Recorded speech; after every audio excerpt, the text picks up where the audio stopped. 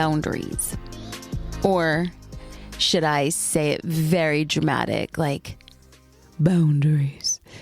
When you hear that word, you might have just like winced from uncomfortability or even felt like riddled with imaginary guilt for what? I don't know.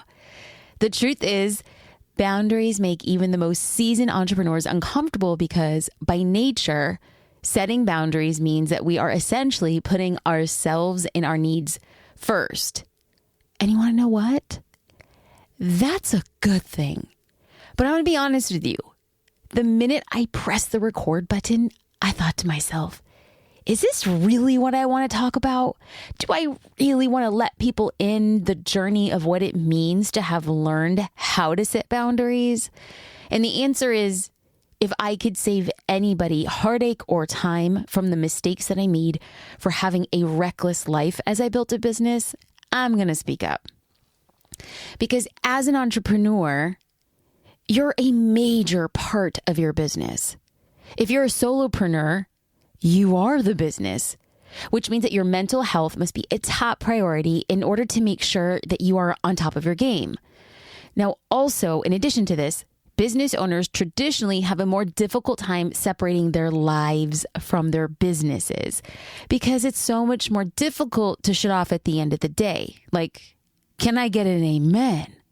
Like, if you're listening and you're on the treadmill, just like raise your hand. Nobody's going to know. Everyone's going to think that you're just like getting blood movement to your right arm, right? Like if you're in line at the carpool, or you're sitting in your commute to work, like tap that steering wheel and be like, yes, I do have a hard time separating my life and my business, because there are other people who come home at 5 p.m. and then they're like, I'm not going to think about work until tomorrow. In a way, being your own boss is a blessing, and sometimes it's a curse because you don't know how to turn it off. But today, I'm going to give you actionable steps to setting boundaries in your life and your business so you can be more present and more productive. I'm going to break up this episode in 3 parts: setting boundaries with your schedule, setting boundaries with your clients, and setting boundaries with your social media for a well-rounded look at how to make sure your life and business are integrated in a really healthy way. So grab a pen, a paper, let's take some notes, or maybe you just listen to this over and over until it all sinks in. Let's dive in with part 1, set boundaries with your schedule. Let's chat about 3 ways to set boundaries with your schedule. Now, I have to tell you, my mouth feels really pasty because I feel like I'm having like a flashback to a time in my life where I didn't set office hours, right? We're going to talk about 3 ways to set boundaries. The first one is set office hours. Now, I understand that building and growing a business is like a lot, to say the least. It's a lot of time, money, energy. I believe in a balance of all things when it comes to work life. And I call that integration. Now, I don't ever think it's 50-50. I mean, I could try for it to be 50-50, but oftentimes there's like a push and pull. But integration is all about making work and life come together in a way that's manageable and feels right for you at that time in your life. Regardless of whether you work a typical 9 to 5 Monday through Friday schedule, or maybe you have hours that change by the week, giving yourself and your clients office hours will prevent confusion and keep your work-life integration in check.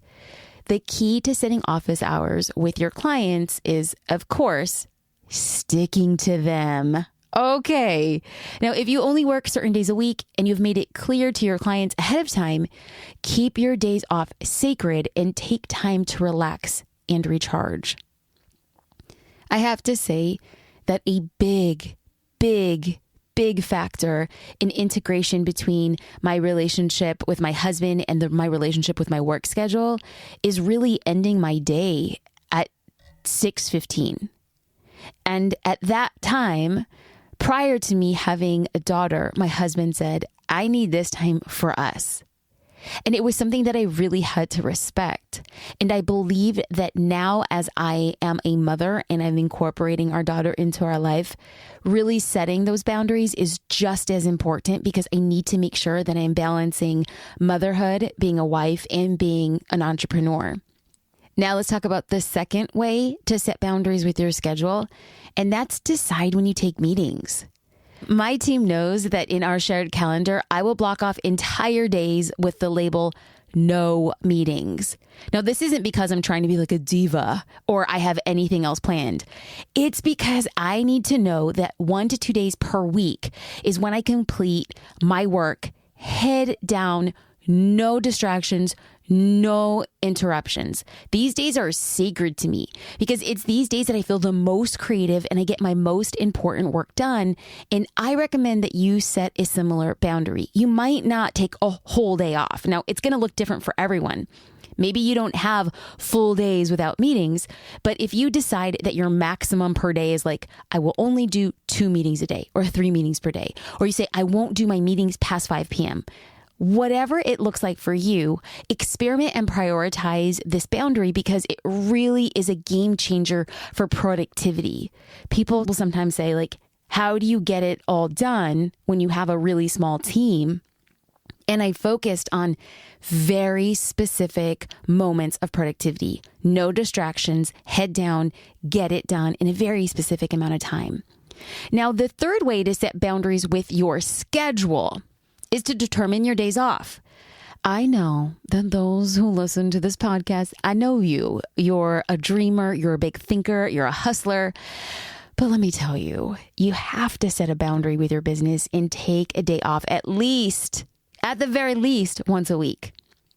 My dedicated day off is Sunday. I try not to do much, if anything at all, related to my business on Sunday. And I really try to keep my entire weekend free. Like, I really want Saturdays off too. I really want to spend time with my family, JD, my husband, Luna, my daughter. But it's only important if I have like a project or a speaking event that I know, if I just was able to work on this Saturday, then I could really set up my week for success.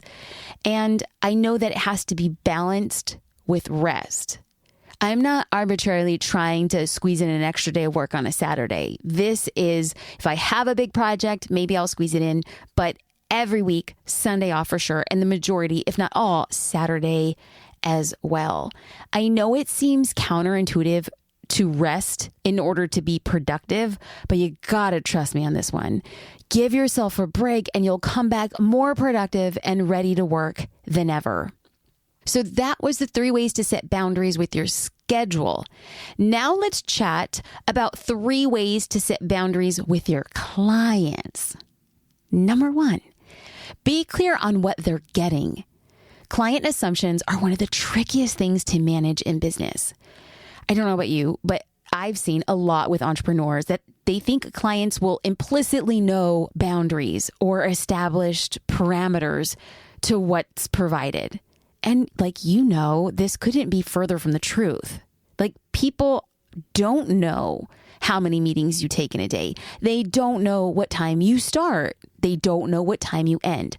So make sure that you create a list of detailed deliverables, consultations, hours, stuff like that your client will be receiving, and make sure that it's detailed in your contract and stated up front so there's no room for misinterpretation. I believe that over communication with a client from the outset, just to be clear what they're getting and what they can expect, it sets up fantastic boundaries. The second way to create boundaries with your clients is to create an email autoresponder.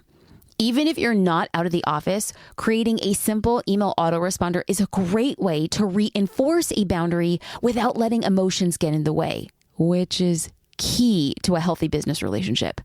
Create something short and sweet that says like, hey, thanks for your message.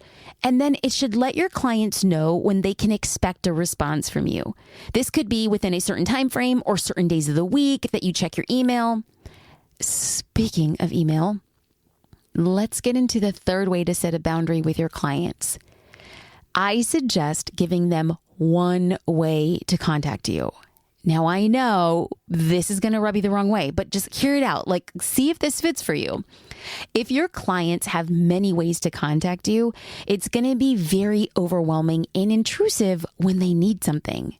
So for example, in my wedding photography days, when I had started my business, I set the boundary with my clients that they could only communicate with me via email.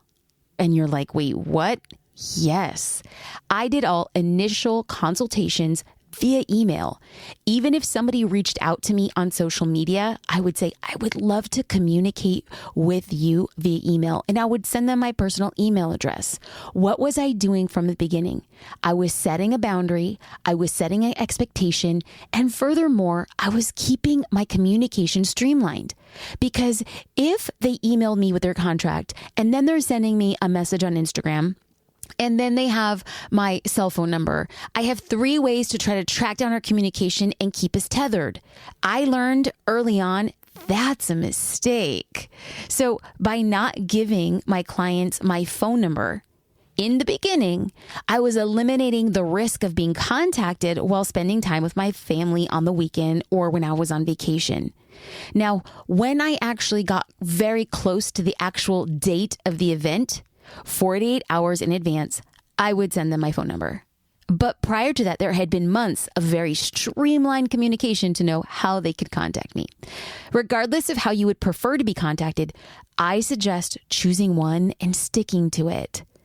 And the best part of setting these boundaries is that none of my clients ever complained. Not a single one. It's really important to realize that without limits, your customers have no way of knowing how you'd prefer to be contacted, how often, and when they can expect a response. Friend, there is nothing wrong with putting a line in the sand.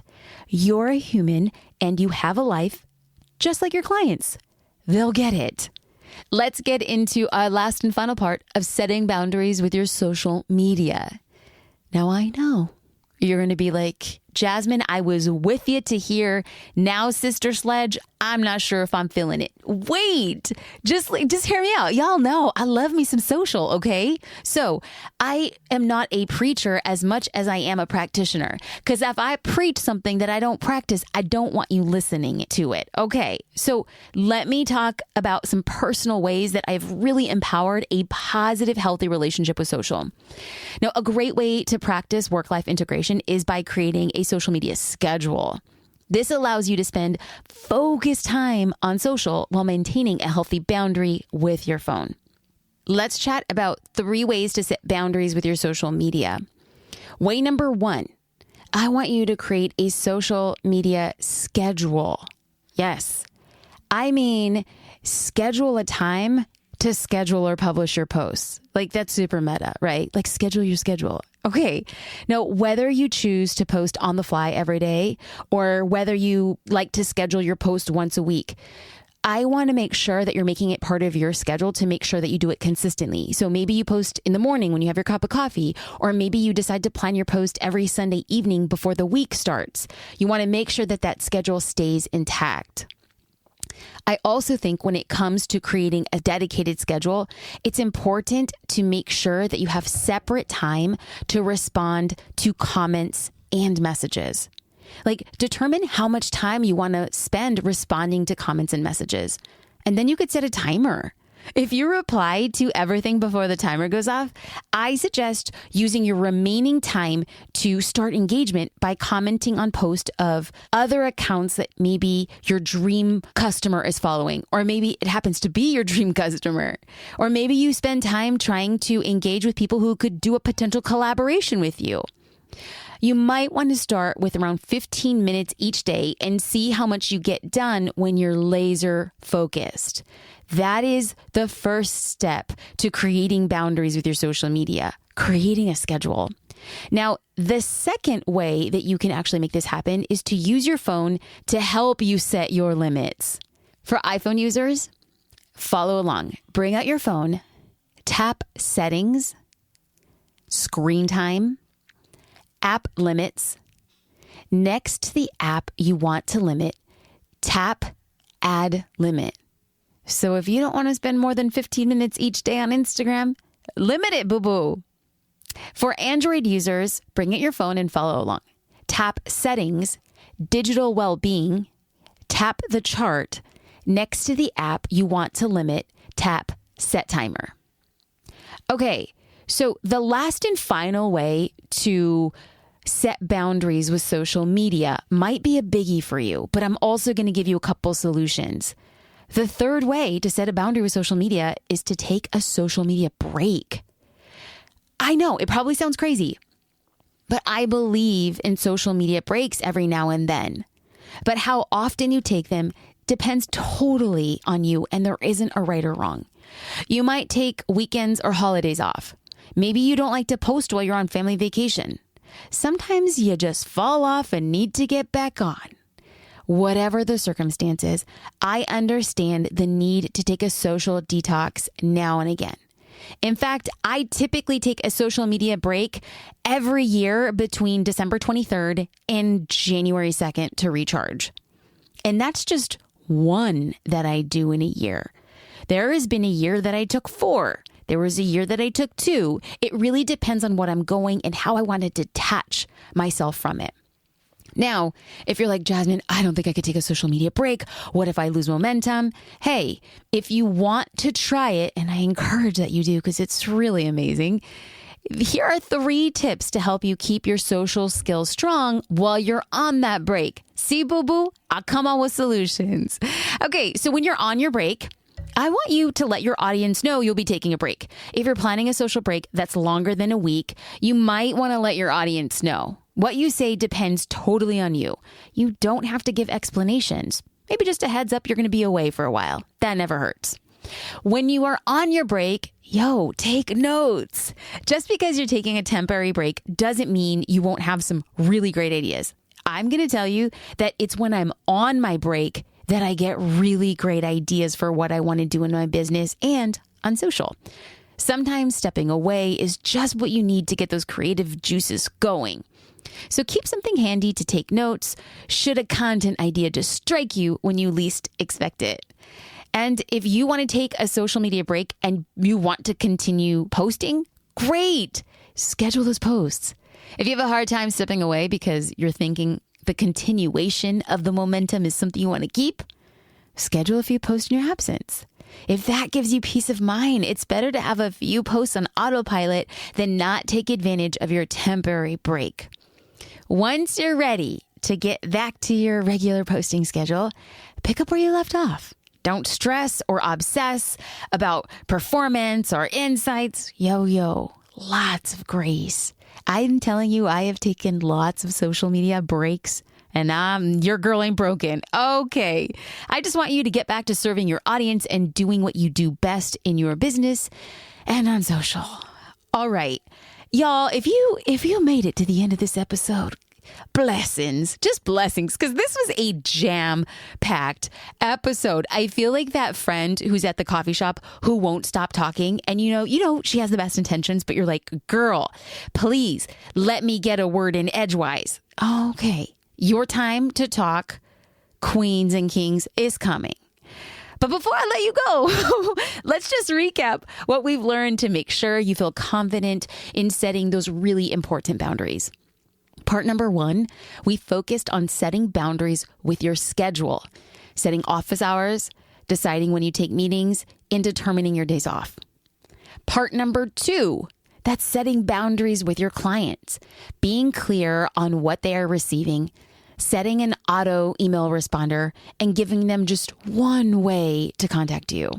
And part number 3, setting boundaries with your social media by scheduling time to schedule your posts, by dedicating time to respond to comments and messages. I also give you a quick way to use your phone to set app time limits. Yes, I did. And lastly, I just spilled the tea on how to effectively take a social media break. I hope this episode gave you actionable steps to be more present and productive. Setting boundaries is a great way to prioritize your mental health and make a conscious effort to make your life and business the thing that you're really proud of and an accurate representation of your values. If you're ready to tackle your limiting beliefs and make the mindset shifts you need to succeed in business, because y'all, I just said set boundaries and you're like, set schedules? Take a social media break. Take a social media break? Only take meetings on certain days. I can't do that. Yo, whoa. Why not? I am here to challenge your commonly held beliefs because what got you to this point in your business won't take you to the next level. If you continue doing the same thing over and over and over again and expect different results, that's the exact definition of insanity as defined by Albert Einstein, doing the same thing again and again and expecting something different. What I just proposed to you was a different way to set boundaries so you have work-life integration. And if you're struggling with the belief of that, or even the belief in your ability to succeed despite the changes, I have worked through this diligently over the last 5 years in my business. And I am sharing a free resource, a free mindset makeover workbook. It includes 5 crucial mindset shifts that you need to make to succeed in business. It's a powerful exercise that changed everything for me. And if that's not enough, maybe you want to hang out on video. Yes, I created a corresponding video to watch whenever you're feeling lost or whenever you're just simply doubting the thing that I am prescribing. You can call me Dr. J. Your prescription is, shift your mind and everything else comes into place. You can download everything for free at jasminestar.com/mindset. And you can also get a link for this from wherever you're listening to in the show notes. Until next time, friends, bye for now.